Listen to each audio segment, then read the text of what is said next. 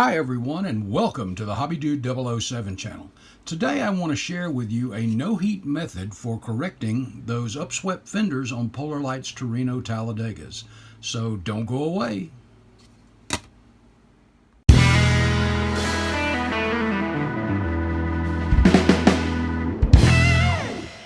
Hey, before we get started, as most of you know, this channel is only about a month old, so I want to say thank you for watching and supporting the channel. If you haven't subscribed yet and you like what you see, please hit that like button, subscribe, hit that notification bell so you don't miss out on any of our upcoming content. Heck, hit that thumbs up and leave me a comment. I would love to hear from you. Okay, so let's get started. Now, this technique was engineered and shared with me by an awesome modeler and a great friend, Buford Wilburn. Buford was the project manager for the models that are on display at the museum at Darlington International Raceway, and I believe he's got some work on display at the NASCAR Museum in Charlotte as well. Sadly, we lost Buford last February to cancer, so I'd like to dedicate this video to him. Now, since Polar Lights first released the Torino Talladega and the later reissues as well, they've all suffered from that same problem, and that's those upswept fenders. Now, the typical fix for that has always been to heat the plastic and pull the fenders down, whether it be a blow dryer, hot water, whatever. In fact, the first few I did, that's the way I did them. The first one with great success, and the other one not so much. Now, this technique is easy, and the results are even and spot on every time. Okay, so first let's take a look at just how far off it is. Take a piece of just 3M masking tape here, and we're going to use the body line that runs the length of the body here. And what I want to do is I want to place this right in that body line, right on top of it, and I'm going to hold that nice and tight, and I'm going to pull that right down. I have to get back up here in front of this fender and secure that right on that body line. And I'm going to pull this nice and tight, and as I do that and pull it down, as you can see, not only to the naked eye, but you can see just how far off that line is. Now I'm going to take this piece of tape, and I'm going to use this on a body that's already been corrected, and you see the red line here, and I'll tell you more about that in just a moment. But I'm going to take this and I'm going to put that in the same body line, and like I said, this one has already been corrected, and I'm going to run that nice and straight right down the side, and I'm going to pull that, and as you can see, nice and tight, you can see that it's all in line now. In fact, you can look straight across the fender there, and you can see that it's nice and level. Another thing that it helps with is the fit of the hood. Let me show you that real quick. Now, this is the one that's got the upsweep on the fenders. If you drop the hood, I don't know if you've ever noticed, but you can put your finger center somewhere in there on the hood and just push forward, and you'll see that it really isn't secure. But after we correct this, and we didn't have to use any heat on the hood, but after this has been corrected, you drop the hood in and do the same thing. And it's nice and secure. And the other thing, hold that there, run your fingers down, nice and smooth. Great fit, great fit. So, how do we get to this? Let's take a look. This method requires 4 simple cuts. I need my X-Acto, and the first 2 cuts are going to be to these inside fender shields. So I'm going to come right in here up to the firewall, and then I'm going to press inward, and of course we're using an X-Acto, so always use caution there. And we want to stop when we get to the fender itself, right there. The reason we're doing this, it will allow the fenders to drop naturally after the next 2 cuts. And then we're going to go in here and the same thing. Going to go right up to the fender. There. Next, we need to make a straight line right across the cowl before, right in front of the windshield. So we're going to take a piece of tape. We're going to lay this here at the front of the cowl, by the way.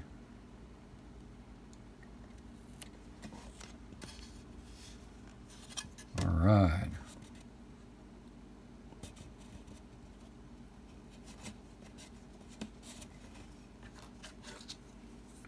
Make sure we're nice and straight there. Oops. A little bit off.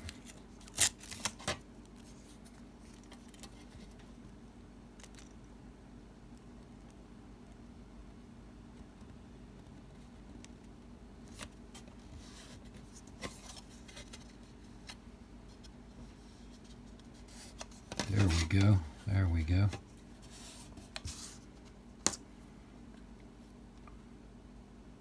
Oh yeah, okay. Now we have our line straight across. Now our next piece of tape, our key spots here, and I'm going to use a mechanical pencil here, right here at the top of the fender, and right here where that body line is.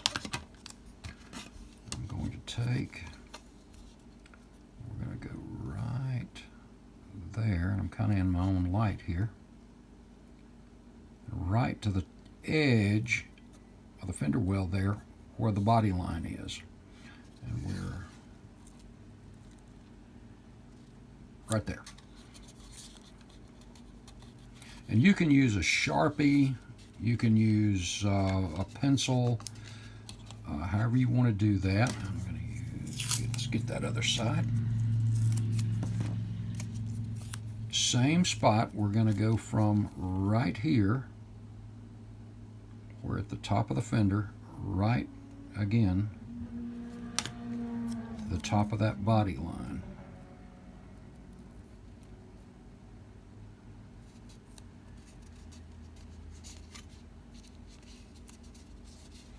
And as I said, you can take in your mechanical pencil or a Sharpie. And you know what, so you can better see this, I think I am going to use the Sharpie.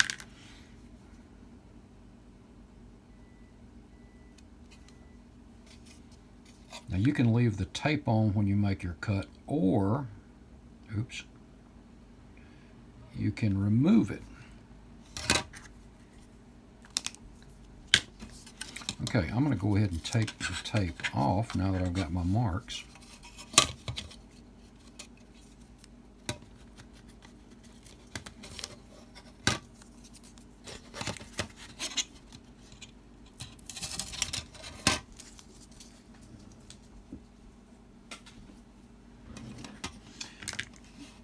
An X-Acto is almost a little too wide. Now, I know that sounds silly, but you know, I cut things and scribe things sometimes with X-Acto. I have a scribing tool, and we need to make a cut down through here.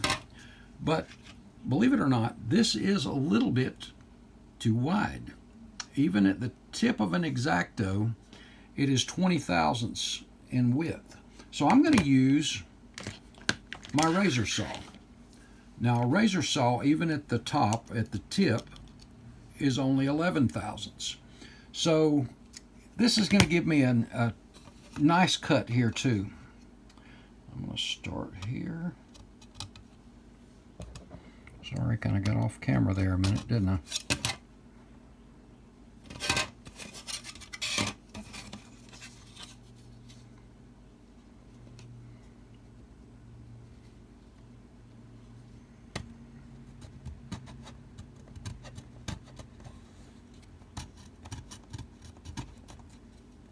And again, even with a razor saw, be careful when you're cutting. I have actually bit myself with this thing on more than one occasion.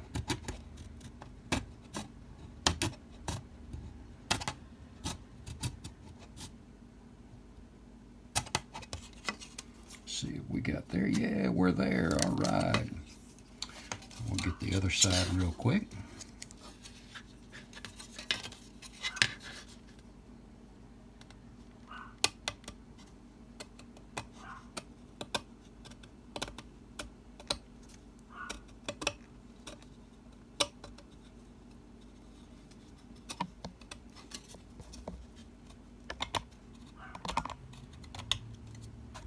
Sorry guys, keep hitting the camera there.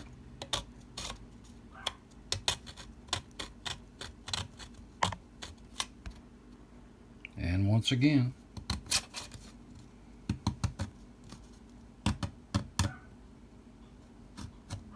Right to the edge. Okay. Now as you can see,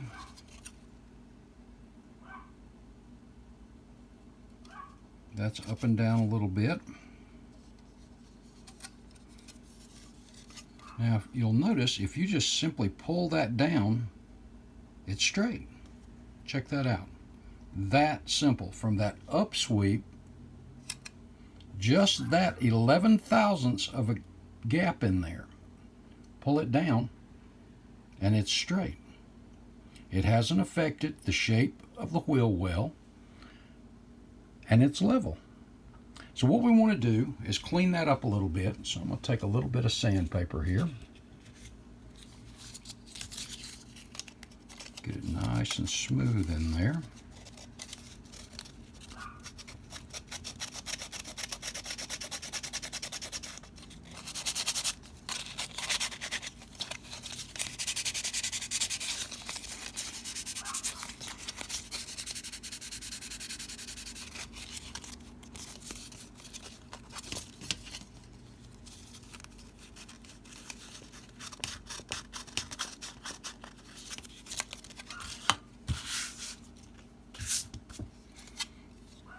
And again, you can see just that little bit makes a huge difference. That's an 11 thousandths cut, and now we're corrected. Now, to secure it, you can use your favorite glue, whatever that is. I'm going to use just some good old Testors Model Master liquid. I'll raise that up a little bit. I'm going to let some get down, soak down in here.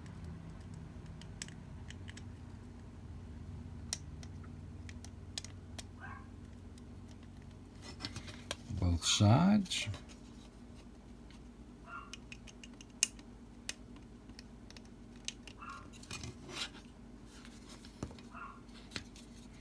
I'm gonna before I bring this down, and that's really all there is to it, as you can see from there to there, and it's done. Now to secure this, what I'm going to do is I'm going to take a piece of just Plastruct. And we don't need a big piece, just a couple, well, let's say. I usually eyeball this. And you're not going to see it anyway. And then we'll get our super glue and our zip kicker out.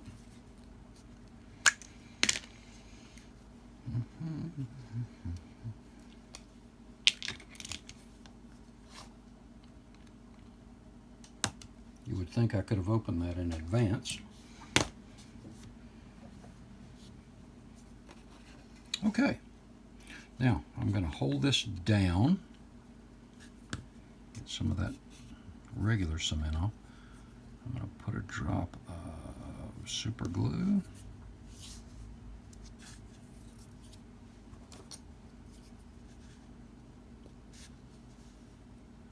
Place that piece there.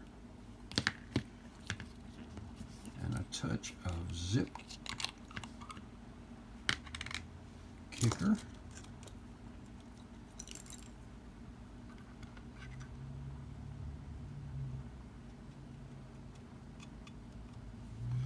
Then we're going to flip around and do the other side the same way. Just a spot.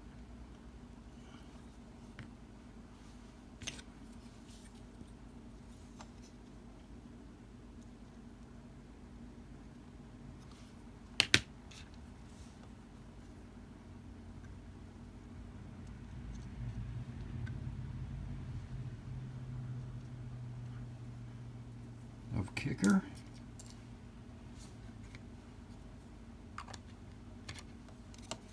We'll allow the cement to dry, but it is finished. As you can see, nice and straight. We don't have the upsweep in there anymore, and it's just two very simple, very small cuts.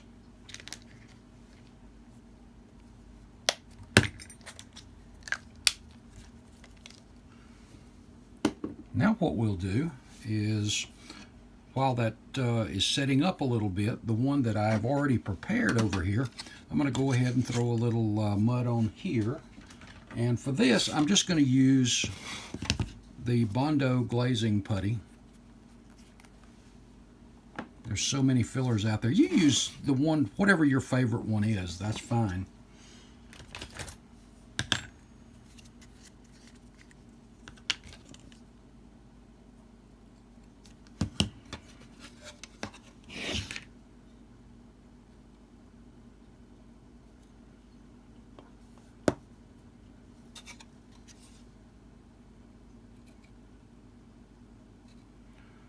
But after my second attempt using heat, which I mentioned earlier didn't turn out so well, I found this to be great.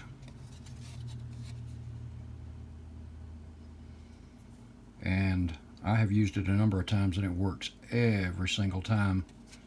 I'll include some photos of finished projects that I've used this method on at the end of the video.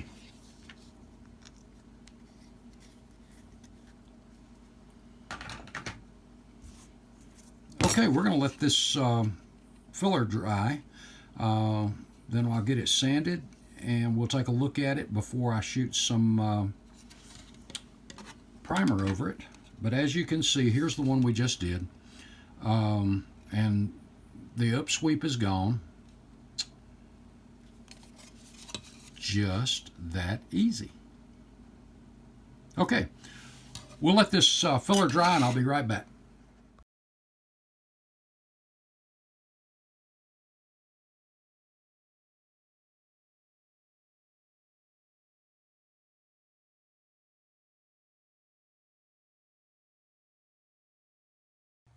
It's been a few hours now, and all this has had time to dry.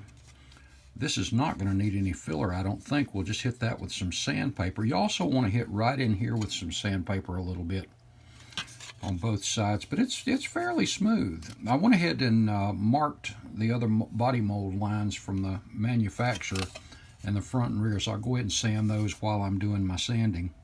And the one we put the putty on, that cured, I wet sanded it, and again, make sure you get right in here, and it is ready for some primer. Our primer is dry, and we are ready for some color. As you can see, no trace of the cuts, and it is right on level. Get a good arrow look there to it.